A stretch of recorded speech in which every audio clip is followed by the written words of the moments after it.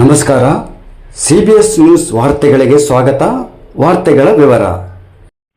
ಗಂಗಾವತಿ ನಗರದಲ್ಲಿ ಡೊನೇಷನ್ ಹಾವಳಿ ವಿರೋಧಿಸಿ ಜಿಲ್ಲಾ ಶಿಕ್ಷಣ ರೆಗ್ಯುಲೇಟಿಂಗ್ ಪ್ರಾಧಿಕಾರ ರಚಿಸುವಂತೆ ವಸೂಲಿ ಮಾಡುತ್ತಿರುವ ಶಿಕ್ಷಣ ಸಂಸ್ಥೆಗಳ ಮೇಲೆ ಕ್ರಮ ಕೈಗೊಳ್ಳಲು ಆಗ್ರಹಿಸಿ ಈಗಾಗಲೇ ರಾಜ್ಯಾದ್ಯಂತ SFIದವರು ಮುಷ್ಕರ ನಡೆಸುತ್ತಿದ್ದಾರೆ.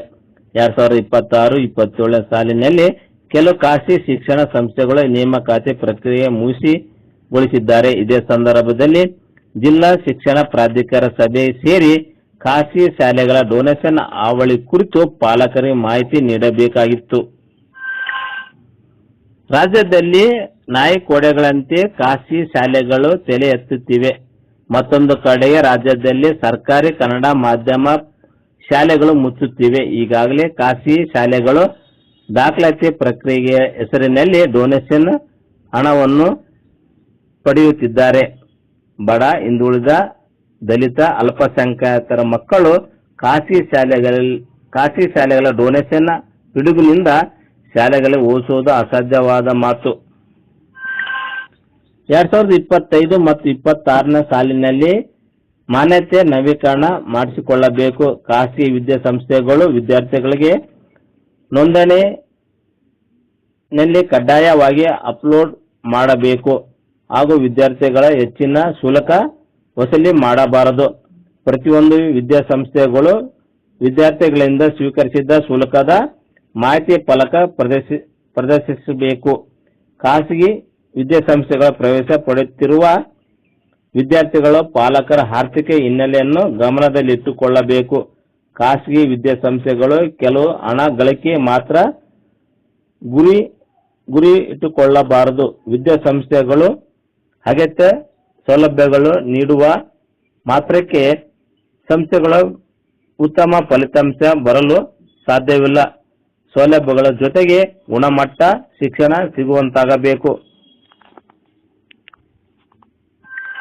ವಿದ್ಯಾಸಂಸ್ಥೆಗಳ ನೇರ ಹೊಣೆ ಶುಲ್ಕ, ಪಠ್ಯ ಪುಸ್ತಕ ಮತ್ತು ಸಮವಸ್ತ್ರಗಳ ಹೆಸರಿನಲ್ಲಿ ಪಾಲಕರ ಮೇಲೆ ಒತ್ತಡ ಹೇರುವಂತಿಲ್ಲ. ಕಾನೂನು ರೀತಿ ಶಿಕ್ಷೆ ಅಪರಾಧವಾಗುತ್ತದೆ. ಒಂದು ವೇಳೆ ಖಾಸಗಿ ವಿದ್ಯಾಸಂಸ್ಥೆಗಳು ನಿಯಮಾವಳಿಗಳನ್ನು ವಿರುದ್ಧ ನಡೆದುಕೊಂಡರೆ ಅಂತ ಶಾಲೆಗಳ ಮಾನ್ಯತೆ ಕೂಡಲೇ ರದ್ದು ಮಾಡಲಾಗುವುದು ಅಂತೇಳಿ ಬಿ ನಟೇಶ್ ಅವರು ನಮ್ಮ CBS ವ್ಯವಸ್ಥೆಗೆ ದಯಮಾಡಿ ಇಳಿಬೇಡಿ.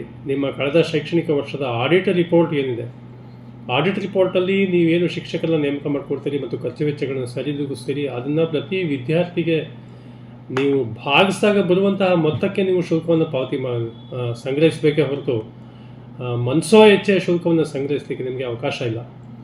ಜೊತೆಗೆ ಹೀಗೆ ನಿಗದಿ ಮಾಡಿರ್ತಕ್ಕಂತಹ ಶುಲ್ಕವನ್ನು ಅಂದರೆ ಆಡಿಟ್ ವರದಿ ಆಧರಿಸಿ ನೀವೇನು ಶುಲ್ಕವನ್ನು ನಿಗದಿ ಮಾಡ್ತೀರಿ, ಈ ರೀತಿ ನಿಗದಿ ಮಾಡಿದಂತಹ ಶುಲ್ಕವನ್ನು ತರಗತಿವಾರು ಕಡ್ಡಾಯವಾಗಿ ಫ್ಲೆಕ್ಸ್ ಮುಖಾಂತರವಾಗಿ ನಿಮ್ಮ ಶಾಲೆಯ ಮುಂಭಾಗದಲ್ಲಿ ಅದನ್ನು ಪ್ರಕಟಿಸಬೇಕು ಮತ್ತು ನಮ್ಮ BO ಕಚೇರಿಗೂ ಒಂದು ಪ್ರತಿಯನ್ನು ಕೊಡಬೇಕು. ಸೊ ಇದು ಈಗ ಮೇ ತಿಂಗಳಲ್ಲಿ ಇದು ದಾಖಲಾತಿ ಮಾಸ. ಇದು ಏಪ್ರಿಲ್, ಮೇ ಮತ್ತು ಜೂನ್ ದಾಖಲಾತಿ ಮಾಸ ಅಂತ ನಾವು ಪರಿಗಣಿಸ್ತೀವಿ. ಸೊ ಮಾಡ್ತಕ್ಕಂತಹ ದಾಖಲಾತಿಗಳಲ್ಲಿ ನೀವು ಬರ್ತಕ್ಕಂತಹ ಎಲ್ಲ ಮಕ್ಕಳನ್ನು ಸಮಾನವಾಗಿ ಕಾಣಬೇಕು. ಮಕ್ಕಳು ದೇವರ ಸಮಾನ. ಆ ಮಕ್ಕಳ ಒಂದು ಶೈಕ್ಷಣಿಕ ಮಟ್ಟವನ್ನು 3, 4ನೇ ವಯಸ್ಸಿನಲ್ಲಿ, 5ನೇ ವಯಸ್ಸಿನಲ್ಲಿ ಅಳಿತಕ್ಕಂಥದ್ದು ಫೂಲಿಶ್ನೆಸ್ ಅದು. ಸೊ ಯಾವುದೇ ಮಗುವನ್ನು ನೀವು ಈ ರೀತಿ ಪರೀಕ್ಷೆಗೆ ಒಳಪಡಿಸ್ತಕ್ಕಂಥದ್ದು, ದಾಖಲಾತಿ ನಿರಾಕರಿಸ್ತಕ್ಕಂಥದ್ದು, ಇಂತಹ ಒಂದು ಪ್ರಕ್ರಿಯೆಗಳಲ್ಲಿ ದಯಮಾಡಿ ಖಾಸಗಿ ಶಾಲೆಗಳ ಮುಖ್ಯಸ್ಥರು ಅದನ್ನು ಗಂಭೀರವಾಗಿ ಪರಿಗಣಿಸಿ ಪರೀಕ್ಷೆಗಳನ್ನು ಮಾಡಬೇಡ್ರಿ. ಆ ಮಕ್ಕಳನ್ನು ಮುಕ್ತವಾಗಿ ದಾಖಲು ಮಾಡಿಕೊಂಡು ನಿಮ್ಮ ಶೈಕ್ಷಣಿಕ ವ್ಯವಸ್ಥೆ ಒಳಗಡೆ ಮಗು ಏನು ಕಲಿಯುತ್ತೆ ಅದನ್ನು ಕಲಿಸ್ತಕ್ಕಂಥದ್ದು ಯೋಚನೆ ಮಾಡಬೇಕೇ ಹೊರತು ಏನು ಕಲಿತು ಬಂದಿದೆ ಅಂತ ನೋಡುವಂಥದ್ದಲ್ಲ. ಸೊ ಅದನ್ನು ಗಂಭೀರವಾಗಿ ಪರಿಗಣಿಸಿ. ಶುಲ್ಕದ ಬಗ್ಗೆ ಈಗಾಗಲೇ ಹೇಳಿದ್ದೀನಿ. ದಯಮಾಡಿ ಫ್ಲೆಕ್ಸನ್ನು ನಿಮ್ಮ ಶಾಲಾ ಮುಂಭಾಗದಲ್ಲಿ ದೊಡ್ಡದಾಗಿ ಹಾಕಲೇಬೇಕು. ಹಾಕಿ ನಮಗೆ ಈ ಸೋಮವಾರದೊಳಗಡೆ ನಮಗೆ ಅದೊಂದು ಫೋಟೋ ಕೊಡ್ತಕ್ಕಂಥ ವ್ಯವಸ್ಥೆ ಆಗಲಿ. ಇದು ಇಡೀ ಅಖಂಡ ಗಂಗಾವತಿ ತಾಲೂಕಿನ ಎಲ್ಲ ಅನುದಾನ ರಹಿತ ಶಾಲೆಗಳಿಗೆ ನೀಡಿರ್ತಕ್ಕಂತಹ ಸೂಚನೆ. ಇದನ್ನು ಗಂಭೀರವಾಗಿ ಪರಿಗಣಿಸಿ ಮುಂದೆ ನಾನು ಇದನ್ನು ಈ ವಾರದಲ್ಲಿ ಮುಂದಿನ ಬುಧವಾರ, ಗುರುವಾರದಲ್ಲಿ ನನ್ನ ಎಲ್ಲ ಖಾಸಗಿ ಅನುದಾನ ರಹಿತ ಶಾಲೆಗಳ ಮುಖ್ಯ ಶಿಕ್ಷಕರನ್ನ ಸಭೆಯನ್ನು ಕರೆದು ಕೂಡ ಮತ್ತೊಮ್ಮೆ ನಿಮ್ಮ ಗಮನಕ್ಕೆ ತರ್ತಾ ಇದ್ದೀನಿ ಮತ್ತು ಕಚೇರಿಯಿಂದ ಇವತ್ತು ಆದೇಶನೂ ಮಾಡ್ತಾ ಇದ್ದೀನಿ ಈ ವಿಷಯಕ್ಕೆ ಸಂಬಂಧಪಟ್ಟಂತೆ.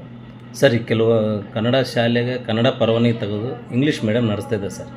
ಬಹಳಷ್ಟು ದೂರಗಳು ಬಂದವು. ತಮ್ಮ ಇಲಾಖೆ ವತಿಯಿಂದ ಗಮನಕ್ಕೆ ಇದನ್ನು ಗೊತ್ತಿಲ್ಲ.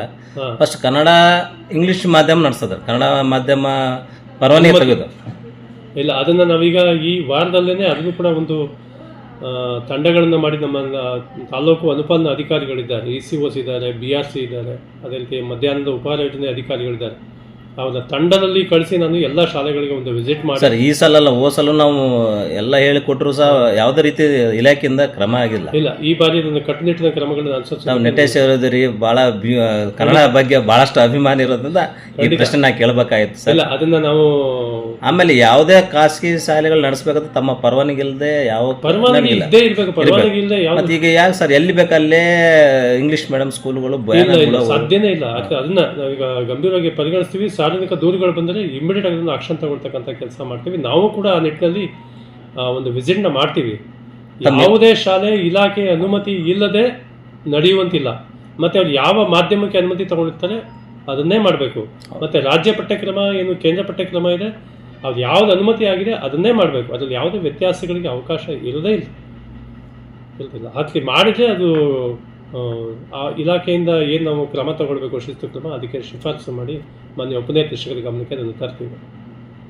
Thank you sir. Thank you.